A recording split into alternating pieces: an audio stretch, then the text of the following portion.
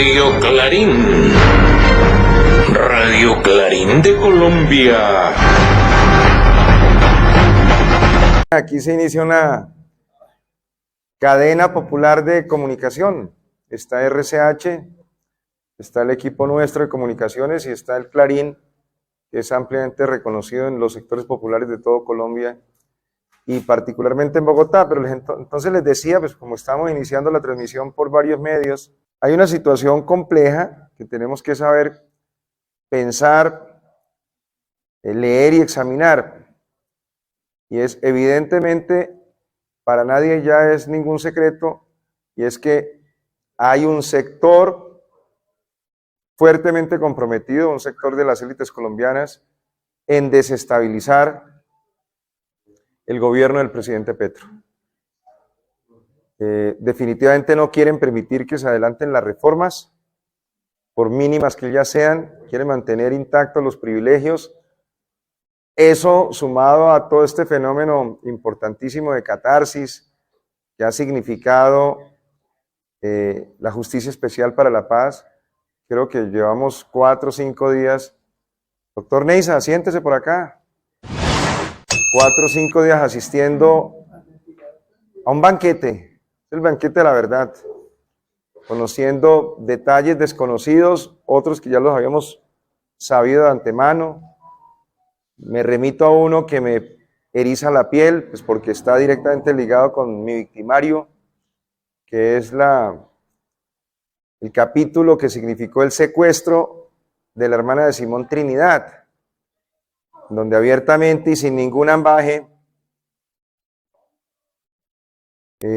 Salvatore Mancuso comenta que esa operación fue posible gracias a la complicidad del comandante de la primera división del ejército, un general encopetadísimo, cuyo nombre es Iván Ramírez, que era, entre otras cosas, el comandante en jefe del batallón de inteligencia y contrainteligencia Charry Solano, que fue el encargado de adelantar las desapariciones forzadas de muchas personas, entre ellas la de José Cuesta.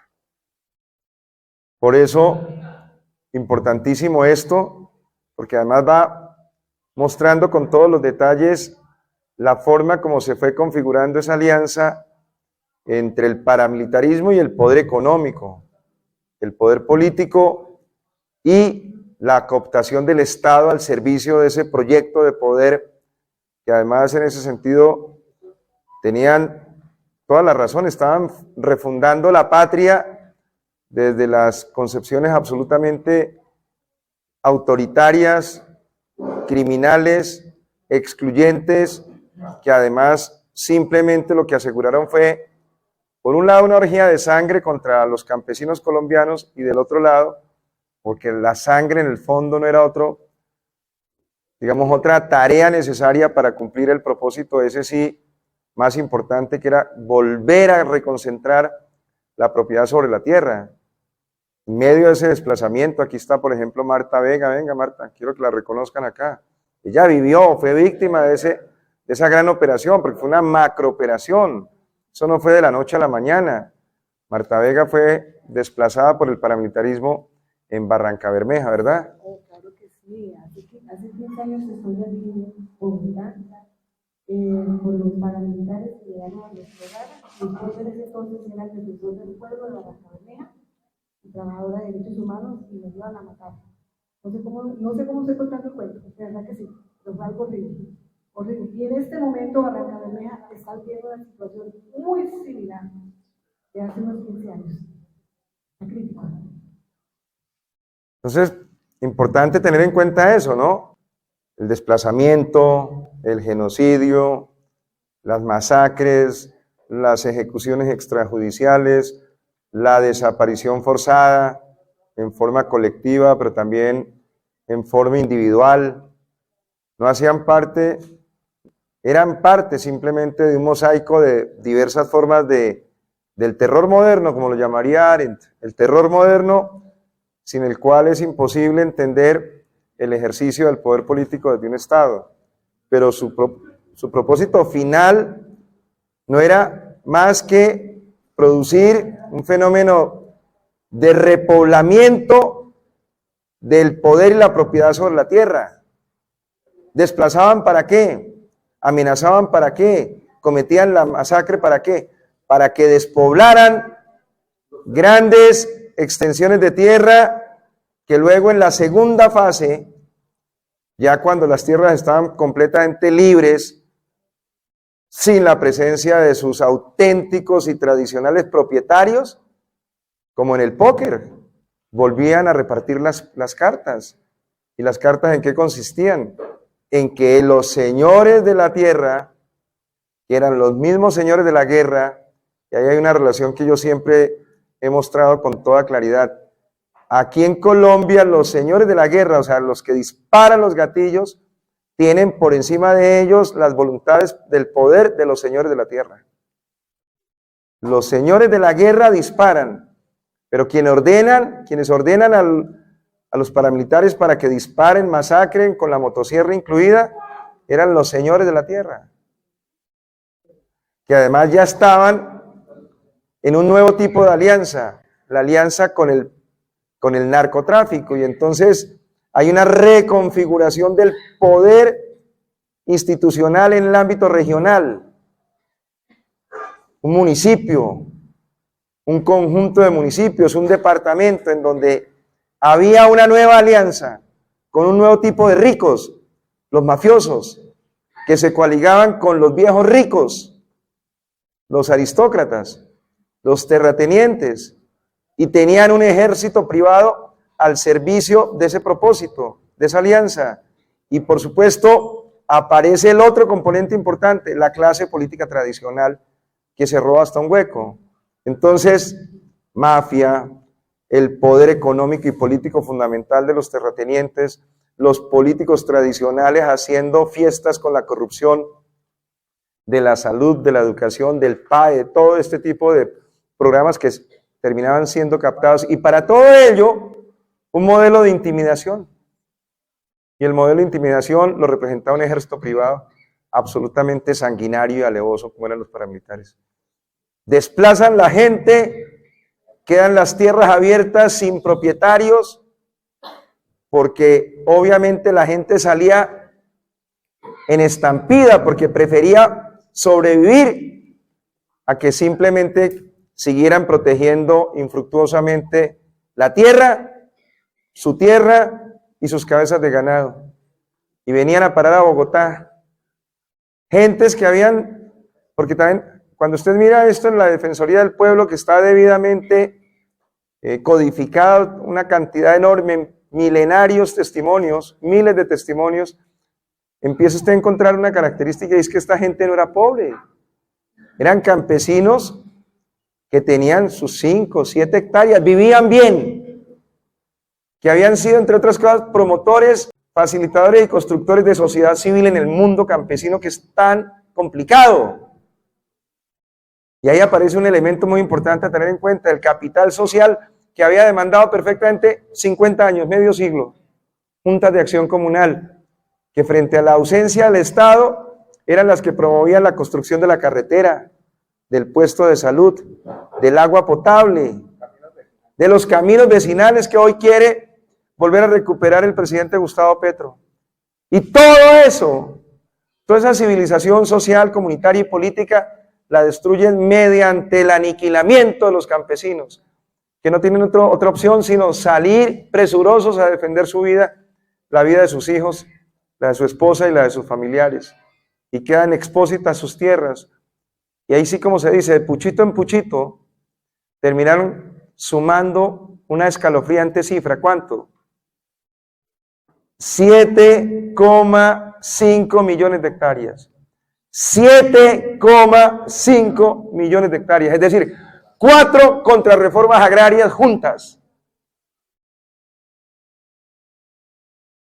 Un ejemplo de esto.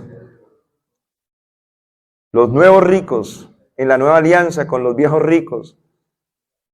Los nuevos ricos que se forjaron a punta de sangre y cocaína, el clan de los Ochoa Vázquez, ¿o no? Cartel de Medellín. Y ustedes ahora van por todo el Magdalena Medio y encuentran que esos señores son dueños de 1 millón de hectáreas, 1 millón de hectáreas de tierras profundamente fértiles, pero profundamente improductivas. Y luego me puse yo a la tarea de examinar qué es 1 millón de hectáreas, y luego entonces llego a la conclusión de que 1 millón de hectáreas es exactamente todo el territorio del Salvador, todo el territorio suizo. Entonces, para los defensores de derechos humanos que vienen de Europa, es increíble lo que se cuenta, ¿no? Porque entonces, una sola familia, el clan de los Ochoa Vázquez, es dueño de un país dentro de nuestro país. 1 millón de hectáreas.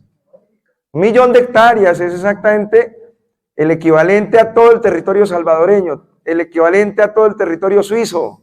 Y una sola familia en Colombia, 2023, es dueño de ese 1 millón de hectáreas. ¿Y a qué dedican ese 1 millón de hectáreas que en manos de un modelo económico de capitalismo moderno podría ser la gran despensa agrícola industrializada de este país? ¿A qué dedican ese 1 millón de hectáreas con aguas, con tierras fértiles, con verdes por doquier? ¿A qué lo dedican? A cultivar hipopótamos, a cultivar jirafas. Y la gente que había construido esos procesos de colonización, por ejemplo en el Guaviare, por ejemplo en el Caquetá, después de haber construido instituciones y organizaciones sociales poderosas como las juntas de acción comunal, de un momento a otro, a punta de violencia, les han quitado su categoría de seres humanos, les han despojado su categoría de ciudadanos, y los vamos a encontrar durante casi 10, 20 años en condición de mendigos en las grandes ciudades. Eso nunca se ha visto, y eso es lo que ahora mismo está contando Salvatore Mancuso con pelos y señales. Fui y me reuní con Pacho Santos dentro de las instalaciones del diario El Tiempo. Fui y me reuní con los delegados del grupo Ardila Lule, y fui y me reuní con los delegados del grupo Santo Domingo, y ellos aportaban a la financiación del paramilitarismo, porque ese era un ejército que lo único que pretendía era contener el paquete de las reformas. Y hoy estamos en el gobierno, y nuestras 3 grandes obsesiones en este periodo son las reformas que todos conocemos, y eso no lo quieren permitir. Y entonces ya, sencillamente, y hay que agradecer la franqueza de este coronel retirado Marulanda, porque dijo lo que todos sabíamos, pero que necesitábamos simplemente la evidencia. Y lo dijo de manera escueta el señor Marulanda, el coronel retirado Marulanda.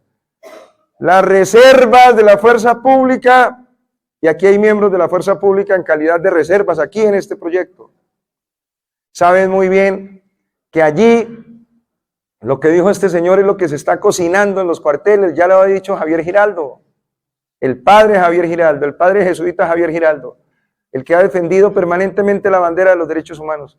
Me preocupa, dijo él hace 15 días en una entrevista al diario El Espectador, 2 cosas.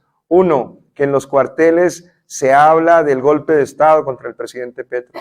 Y del otro lado, una importantísima discusión que está abierta allí, cómo los medios de comunicación, en el marco de la libertad de prensa, terminaron en manos de las grandes empresas y de los grandes industriales. Y entonces, ahí hay abierta una discusión. De paso, quiero contarle a Adriana, el space del próximo miércoles a las 8 de la noche, quiero que lo hagamos sobre el tema de la libertad de prensa. En el marco de la responsabilidad, ahí hay 2 principios que tienen que ser conciliados. Por un lado, la irreductible protección a la libertad de prensa. De esa no nos bajamos porque somos unos demócratas. Pero también está abierta la discusión de cómo se articula el principio fundamental de la libertad de prensa con la responsabilidad de los medios de comunicación para garantizar a la ciudadanía el acceso a una información, a un derecho a la información veraz y objetiva. Veraz y objetiva. Por solamente mostrar un ejemplo de ese tema, ese va a ser el tema del miércoles. Ojalá podamos, que hay gentes muy importantes que nos acompañan hoy. Por ejemplo, veo a Erwin, si nos acompaña alguien que venga de la FLIP, podemos hacerlo con nuestra amiga, la periodista, Abramos ese debate que me parece bien importante. Entonces acusan a Petro y al presidente Petro del autócrata contra los medios, que vive permanentemente. Ayer hubo una interesantísima columna de Ana Bejarano, bien sesuda y bien ilustrada, y pone de presente esa contradicción. Obviamente termina diciendo que efectivamente el presidente desata todo tipo de peleas contra los medios. No, yo sí creo que aquí tenemos que abrir una discusión democrática sobre, primero, claro que hay que defender la libertad de prensa en forma irreductible, pero es que la prensa y los medios también tienen frente a nosotros una obligación y nosotros un derecho, que es acceder a una información veraz y objetiva. Y no es veraz ni objetivo, por ejemplo, que hayan permanentemente calumniado al presidente Petro en materia de política económica. Va a destruir la economía, todo tipo de esa serie de medidas que está tomando en materia de transición energética, lo único que van es a ahuyentar a los inversionistas extranjeros, bla, bla, bla, bla, bla. Y en el día de hoy aparece un dato del DANE, incontrastable. Esta economía creció al 3% frente a los vaticinios de quienes estaban haciendo fuerza porque nosotros entráramos en recesión económica. Y logramos con una cifra y una investigación estadística del DANE concreta y concienzuda demostrar que esta economía crece en medio de un fenómeno global de afectación de los mercados por efectos de situaciones como, por ejemplo, la crisis financiera del sistema financiero en el mundo. Hemos visto cómo poderosos bancos en Estados Unidos, en Europa, se derruyen en un instante. La nuestra sigue siendo una economía segura, seria, confiable, y que a pesar de la guerra en Ucrania y en Rusia, mantenemos un crecimiento tenue, pero significativo, en medio de un contexto económico tan absolutamente complejo. Hay, por ejemplo, una responsabilidad de lo que estamos hablando. No han hecho otra cosa que mentir, distorsionar, calumniar, diciendo que Petro es como el gran responsable de la destrucción de la productividad, de la economía y de la generación de la desconfianza frente a la economía colombiana. Y hoy el DANE le da la razón a Petro en el sentido de que efectivamente ha habido un manejo responsable y que la política de transición energética para nada termina causando fenómenos como, por ejemplo, de éxodo de los capitales. Por el contrario, el mundo en general tiende hacia allá, y esa es una de las tareas más importantes que ha venido y en la cual está empeñado el presidente Petro. Entonces, ese es un ejemplo de cómo efectivamente estamos frente a una situación evidente. Hay un golpe de Estado en curso y es un golpe de Estado blando, soterrado, taimado, como se quiera, blandito, que va destinado a adelantar etapa por etapa un proceso de minar la confianza, de destruir la legitimidad, para que cuando ya esté tan absolutamente debilitado, viene el zarpazo final. Y el zarpazo final ya nos lo advirtieron. Quieren que la fuerza pública y las reservas de la fuerza pública en Colombia jueguen el mismo papel, según ellos glorioso, de haber sacado del poder a Pedro Castillo en el Perú. Y luego dice, vamos también a defenestrar al presidente Petro. Presidente guerrillero, dijo Marulanda. Quiero contarles, es un poco lo que quiero compartir con ustedes. La reacción nuestra tiene que ser de firmeza. La reacción de los colombianos y colombianas que votamos por este gobierno del cambio frente a esas amenazas es de mantenernos en pie. Se lo he dicho de mil maneras, en el Consejo he hecho un par de intervenciones en ese mismo sentido. Y aquí la voy a repetir con mis amigas y mis amigos en Besos por Bogotá.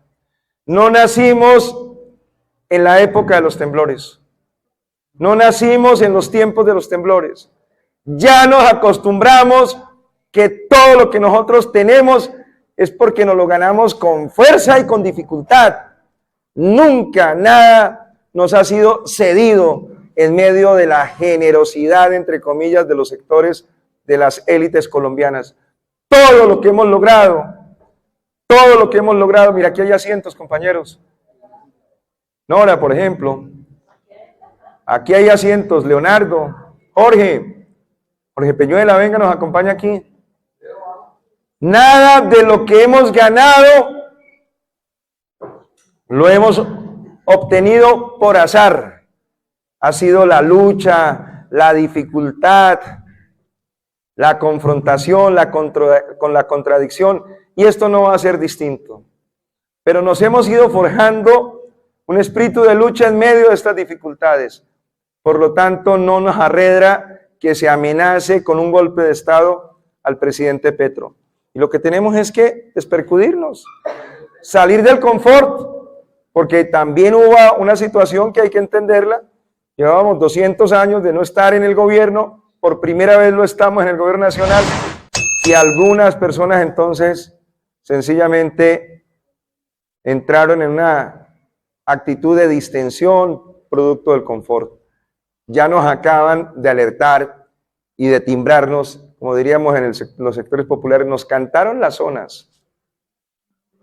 Y ahí sí, después de la cantada de las zonas, soldado advertido, no muere en la batalla. Están adelantando un golpe de Estado, y la respuesta nuestra va a ser la que tuvimos el 9 de diciembre de 2013. Y a mí me encanta saber que este reto yo ya lo asumí. Destituyen a Petro en una versión disciplinaria del fascismo institucional encabezada por Alejandro Ordóñez, y en vez de arredrarnos y de pensar en el exilio, nos sembramos como unos árboles durante 90 días ahí en todo el corazón de la Plaza de Bolívar. Y al principio fui yo solo, después fue llegando más y más gente, y a las 7 de la noche del día 9 de diciembre de 2013 sale el alcalde mayor Gustavo Petro a hablar desde el balcón, y ya no era José Cuesta solo, habían 20.000 bogotanas y bogotanos que estábamos dispuestos a ir hasta las últimas consecuencias.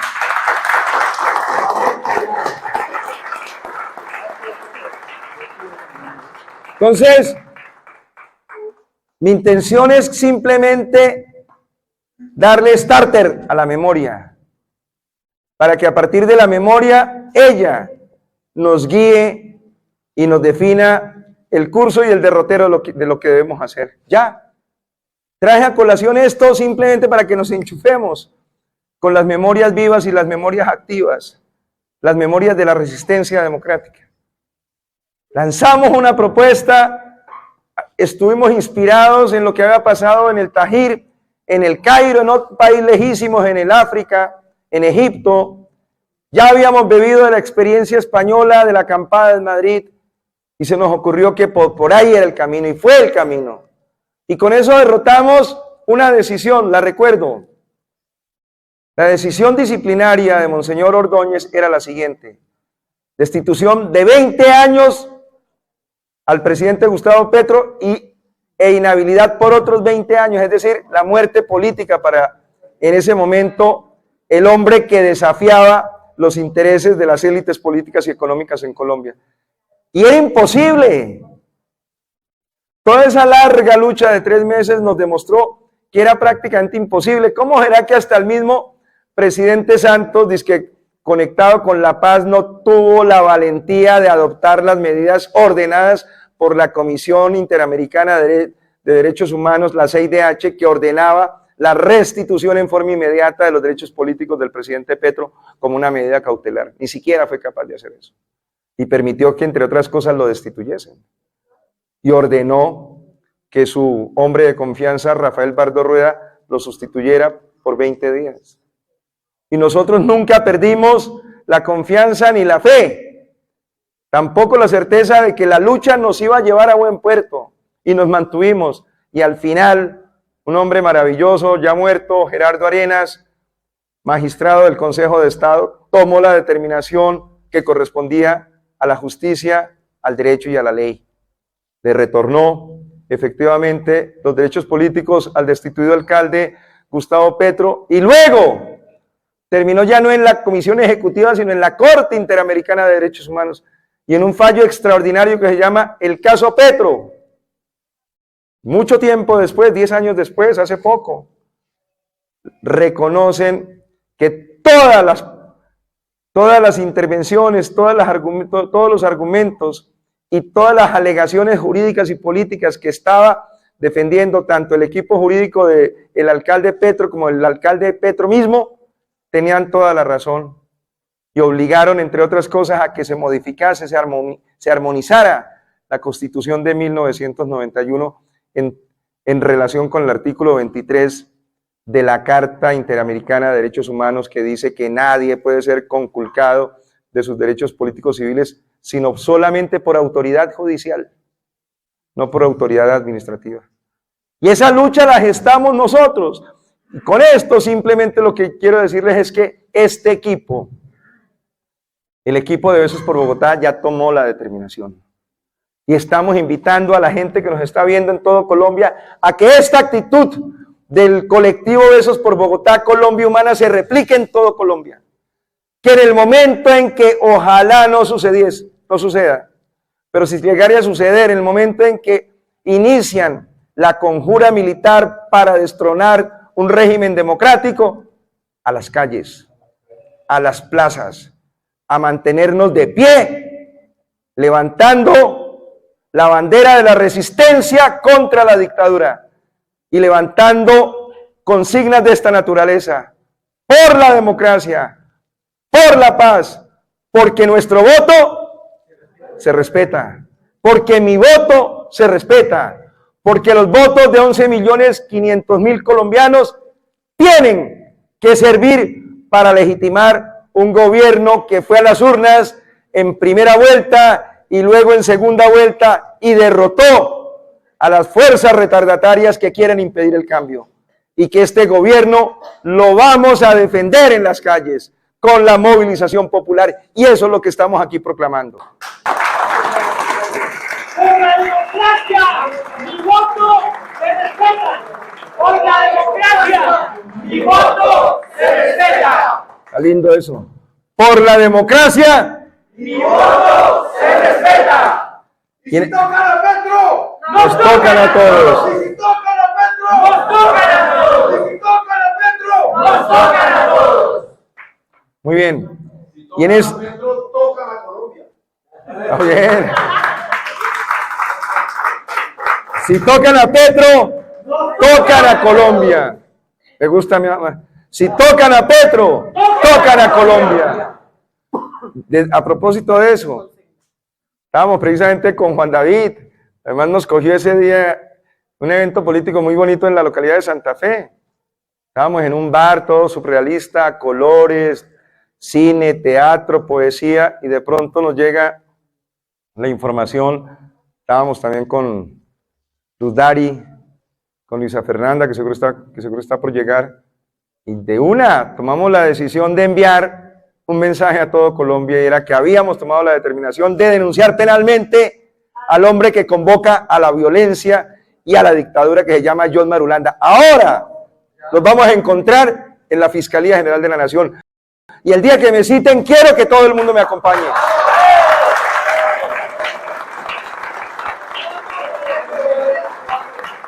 Hicimos un video que se volvió viral, más de 2.500 retweets, y mandamos un mensaje. Y luego de que nosotros interpusimos y radicamos la denuncia penal contra Marulanda, apareció la Fiscalía dándonos la razón. Y ahora está obligado a tener que ir a explicar sus declaraciones. Conclusión de todo esto. Yo ya estuve con los compañeros de Chapinero y con los compañeros de Teusaquillo y con los compañeros de Puente Aranda. Ya tenemos 2 actos. Próximo miércoles a las 3 de la tarde, dijimos 3 de la tarde allí, y Puente Aranda 4 de la tarde. Y si hay más localidades que quieran ayudarnos en esto, necesitamos ser 5, 8, 10 personas. Nos vamos a tomar plazas públicas en cada localidad. Entonces, por ejemplo, en el caso de Teusaquillo, van a ir al Parque Lourdes. Y vamos a hacer con los pequeños recursos logísticos que podamos poseer, pero con una enorme conciencia, vamos a salir a la calle a hacer pedagogía de la reforma a la salud, porque no nos van a distraer. Vamos a garantizar que la salud se convierta en un derecho de acceso universal para todos los colombianos. Entonces, a las 3 de la tarde, un grupo de unas 10, 15 personas, ahí, a las 3 de la tarde, el próximo miércoles, en el Parque Lourdes, van a montar su carpita, exactamente también van a llevar sus butacas, sus asientos, y va a haber un instructor. Y les van a contar a la gente en qué consiste los 5 ejes más importantes de la reforma a la salud. Y a las 4 de la tarde, ese mismo día, con otra gente distinta en Puente Aranda, se hace exactamente lo mismo. Y se va a hacer, no, en Kennedy yo voy a la actividad del día a las 6, estamos movilizados. Es decir, claro, si hay algún equipo en Bogotá movilizado en Colombia Humana, ese se llama Besos por Bogotá. Parque Dalias a las 4 de la tarde en Puente Aranda. Pero yo quiero escuchar, a las 6 estamos en Kennedy con una asamblea importante de nuestros amigos allí. Pero si alguien me dice, yo quiero hacer lo mismo, por ejemplo en Suba, en Usaquén, en Ciudad Bolívar, lo hacemos. Y entonces lo que hacemos es encadenarnos, que ojalá hayan 10 colectivos, por ejemplo, de nuestro proyecto Besos por Bogotá, Colombia Humana, en parques, hablando con la gente y defendiendo el gobierno del presidente Petro, pero desde una perspectiva ofensiva. Vamos para adelante, porque para adelante es para allá, y allá es donde tenemos que estar para hacer pedagogía y construcción de masa crítica para defender el derecho a la salud. Mientras ellos conspiran, nosotros gobernamos. Mientras ellos intentan defenestrar este gobierno, nosotros lo que vamos a hacer es llevar el mensaje pedagógico de por qué la salud y la reforma a la salud se convierten en una necesidad inaplazable para este país. ¿Por qué la reforma agraria es absolutamente pertinente para este país? Queremos ver floreciente la economía y la productividad colombiana. Necesitamos salir de este nudo gordiano que obstaculiza el desarrollo de la economía, que es el fenómeno de la propiedad sobre la tierra con características feudales. Pero eso solamente lo hacemos mediante la movilización popular. De tal manera que yo ya les voy a dejar la palabra a las personas que están aquí para que me digan, mire, en San Cristóbal vamos a hacer eso. Y en las localidades que estén aquí presentes. Ojalá de aquí saquemos 3, 4 equipos más para los 2 equipos que ya están constituidos para la movilización del día miércoles. Movilización callejera mediante la pedagogía. Primero, miércoles a las 3, Parque Lourdes. Segundo, miércoles a las 4 de la tarde, allá en el Parque Dalias. 2 localidades que vamos a intervenir de manera simultánea. Y vamos a decirles al equipo de comunicaciones que nos estén entregando todo tipo de audiovisuales, fotografías, audios, videos de cómo la gente llega a nuestras carpas a conocer el mensaje y el contenido de la reforma a la salud, de la reforma laboral y también de la reforma pensional. Quiero decirles, ya para finalizar, a las mujeres que están acá, mamitas seguramente todas ellas, que estamos comprometidos con la felicidad de las mujeres. En el Día de la Madre, simplemente decir que se hace indispensable que trabajemos en el proceso de desestructuración, de deconstrucción de la cultura violenta de la patriarcalidad, que es la que termina generando esta ola de feminicidios.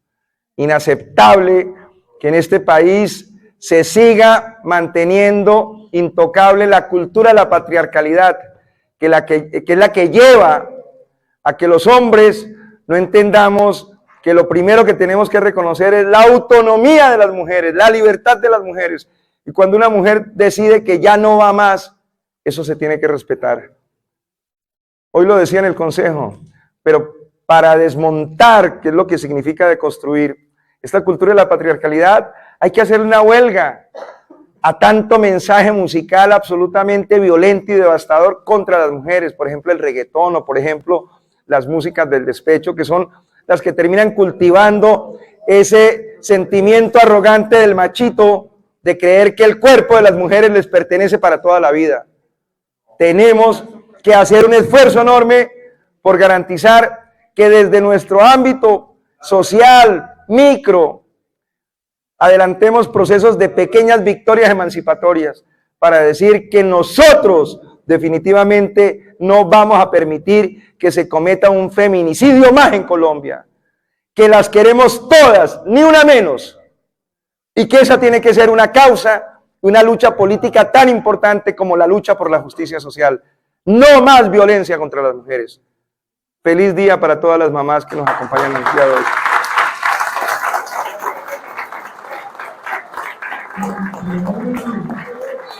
Compañeros, buenas noches. Va a ser el curso aquí. José Manuel Arango Reyes, fundador de Clarín de Colombia, diciembre 12 de 1984. Prensa independiente, pero sobre todo, además de alternativa contrahegemónica y revolucionaria, militante del gran partido Colombia Humana.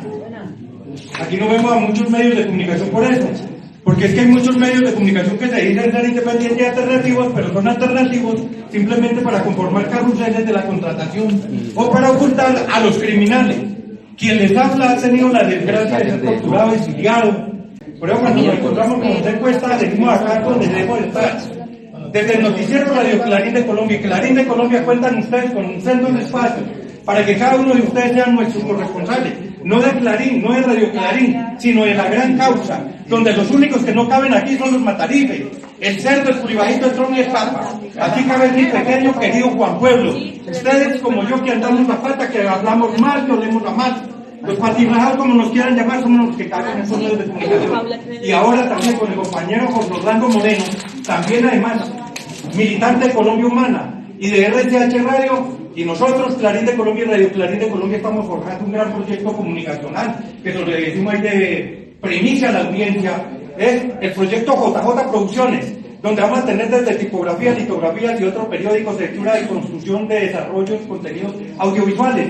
Pretendemos que ustedes sean también partícipes, no solamente como reporteros comunitarios, sino reporteros sociales, pero que aparte de eso sean comprometidos con la defensa de los derechos humanos. Muchas gracias, compañeros.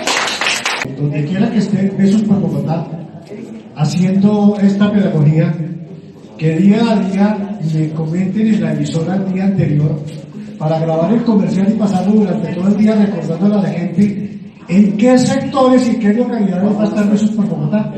Si está 3 veces en una localidad, pues me dicen los horarios, y si estamos en 10 localidades, me dicen los horarios para ir grabando yo en las noches el comunicado para que al día siguiente esté saliendo durante todo el día, irlo cambiando diariamente para recordarle a nuestros hermanos que tenemos que salir a dar pedagogía y tenemos que salir a fortalecer el gobierno nacional, porque es una demanda contra algo violento y no nos van a coger con los pantalones abajo. Yo estoy seguro de eso, y si tengo que retroceder de 40 años lo hago, pero vamos a hacer respetar el gobierno que hemos conseguido a través de las urnas, y que no vamos a desperdiciar esta oportunidad mientras que los corruptos siguen asesinando y robándose nuestra tierra. Radio Clarín. Radio Clarín de Colombia.